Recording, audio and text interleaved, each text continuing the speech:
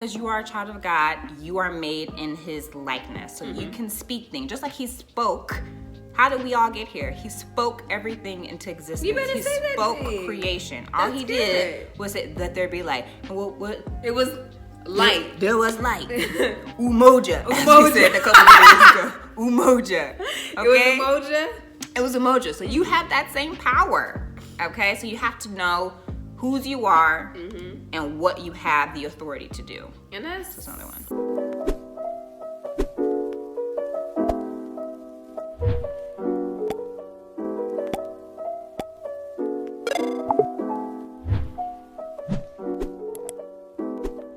Okay. Hello, everybody, and welcome back to our channel. Yes, so today we will be talking about law of attraction, aka speak the word and it'll come to your life. I know. It's the exit to your life. I don't know what that was, to be honest with you. It's fine. I know right now there's a huge trend of just manifestation in general. And I think, in all honesty, it's kind of been like twisted to you trusting in your own power and things like that. So the principle of it is correct. Like you speak positive things into your life, or you speak negative things into your life, and that is what will happen. But it's also about having faith in what God will do. So it's not just what you can do through your might, but what you have faith to believe that God can do. So it's extremely important. So I think it's great that people are understanding that base value, because it's important that you speak positivity or what you want to happen out you just basically speak it aloud. So there's a couple of scriptures and biblical things that basically back that up, and we'll get into that. Not just a couple, there's a ton. There is quite a few. Because it's extremely powerful. So there's a wealth of scriptures. Thank you. There's a wealth of scriptures. And just to back up what she said, like, it's not even just about like speaking like what you want. I think that's the problem. That's how people twist it. 'Cause it's like, well, I want to be rich, I want to be famous, I want to have, kids and a family, and all of that is great. Right. But you have to also, what does God say? What does God want for your life? And if that's not it, you shouldn't be speaking it. And sometimes he gives it to you so that you can see what it was like to be out of his will, because he wants you to be under his will and under his guidance. So let's unpack that more for us, because that was good. So you said sometimes he'll give it to you just so you can see what it's like to not be in his will. So you're saying, I'm just clarifying for the viewers. Clarify. That you're saying that sometimes it'll be something that you want that he'll let happen, but it wasn't supposed to happen, but he wants you to see, and it might not fully go the way that you imagined it, because he wants you to be underneath his will, not by what you want. Right. So like a really simple, like basic, I think mostly everyone can relate to this, is like a relationship. So break it down for him. I'm gonna pack it. Unpack it. Okay. So I'll just use a real life example here. So I wanted to be with this guy, and I just thought, he was the bee's knees, like he was. And we were together for a while, and I was praying to God. I was like, let this be it, God. I just feel it in my shunda. It just feels right. And from what I could see, Sips tea. You can relate. So, again, what I could see, it all looked good in my peripheral. I couldn't see any. This dog. Maybe this is a wrong example, because I keep getting interrupted by this example. Let me think of another example. Goodness. You might as well finish the example through. I'll just wrap it up. So basically, I was praying for Wrap it up, then. I was praying for this relationship to work, and it worked for a while. And I got everything that I wanted out of what I thought I wanted out of the relationship. And then there came a time where it was evident that was not what God wanted for me. And he kept bothering me about it. Has he ever you ever hit like a voice, or like have a sense or an urge where it's like, and it won't let up? Like, you're not supposed to do something, but it's like just like this incessant thing. That's the Holy Spirit. So I mean, like, I would hear I would hear sermons, friends, it would be coming from everywhere. Signs, wherever I went, it was like, you're not going down the right path. Even though it feels like the right path, you're not going down what I have for you. So that's just a really brief example of God giving you what you want, because he gave me the relationship, because I asked for the relationship, and there was one point where I didn't have the relationship and I wanted it back. So I prayed for it and I got it back. But God was like, no, that's not what I have for you. So he had all of those signs. Continually, it says in his word, he will stand at the door and knock. That's exactly what he was doing, knocking, until I opened the door and was like, you know what, come in and have. You looked at the people and you said, no, yeah, I not said, today. Come you back. Said, I am in fact busy. I am engaged. Come back. so we're gonna have to come wait back on another that day.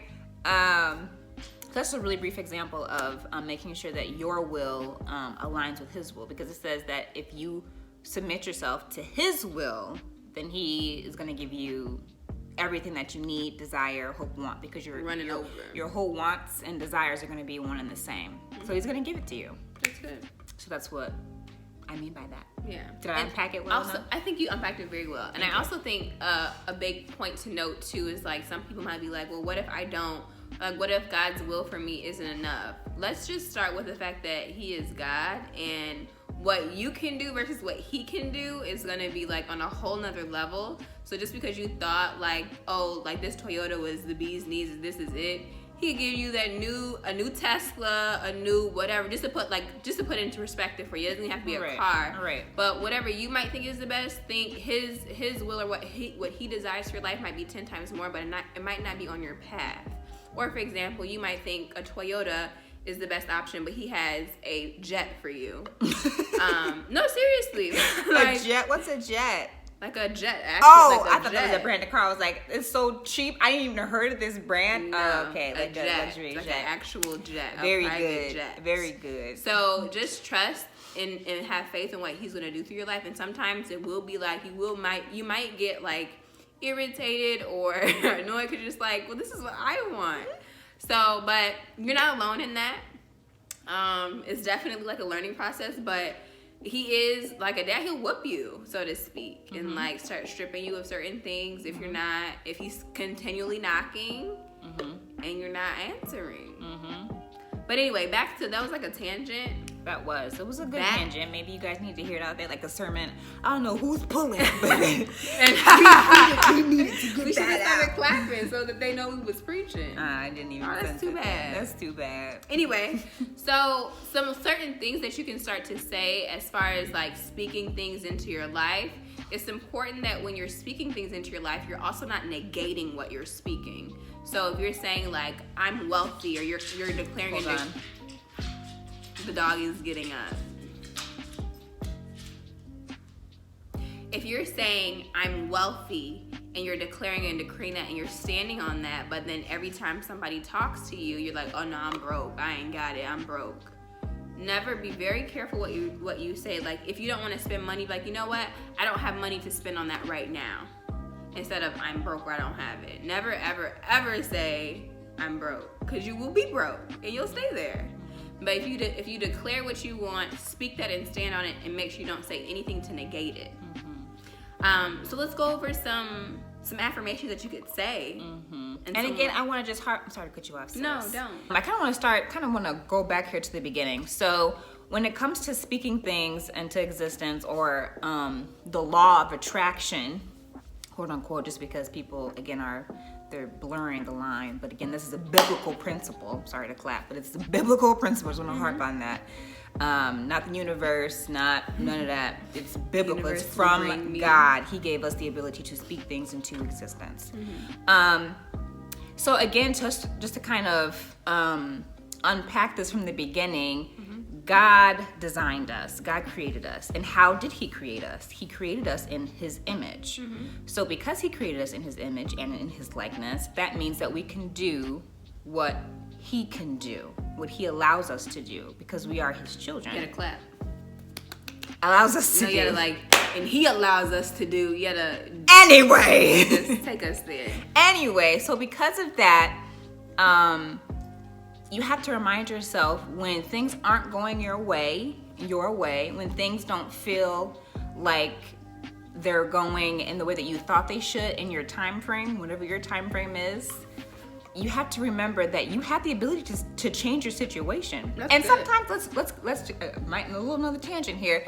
Sometimes you need to speak patience into your life. You need to speak perseverance, right? Totally preaching to myself on this. It's not necessarily God remove the burden, remove the roadblock, because you said that I could do all things, and you said I could speak to that mountain, be removed, and it would be removed. Sometimes that mountain is there for a little minute, so you can be in that season of figuring out what you need to figure out.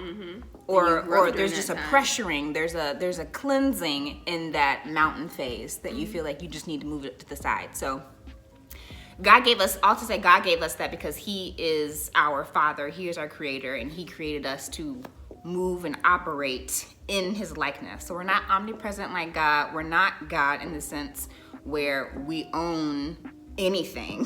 We own it through him. Again, just like a parent, for example, just like our parents, they own their house, for example. Let's just say that. I don't own their house just because I'm their children. I have access to their house because I'm their child.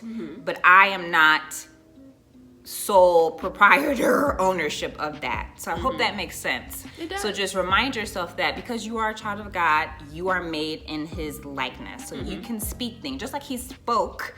How did we all get here? He spoke everything into existence. You better he say that spoke thing. Creation. All That's he good. did was say, let there be light. And what It was light. There was light. Umoja. As we said a couple of days ago. Umoja.